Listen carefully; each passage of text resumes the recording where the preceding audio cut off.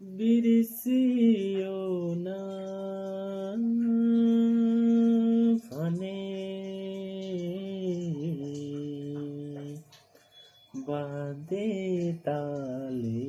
परै भाग्छु बाँचिएछ भने फेरि आउँला भेटरुला आमाको माया गाउँको माया झलझली आँखामा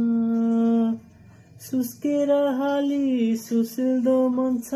बाहिर पाखामा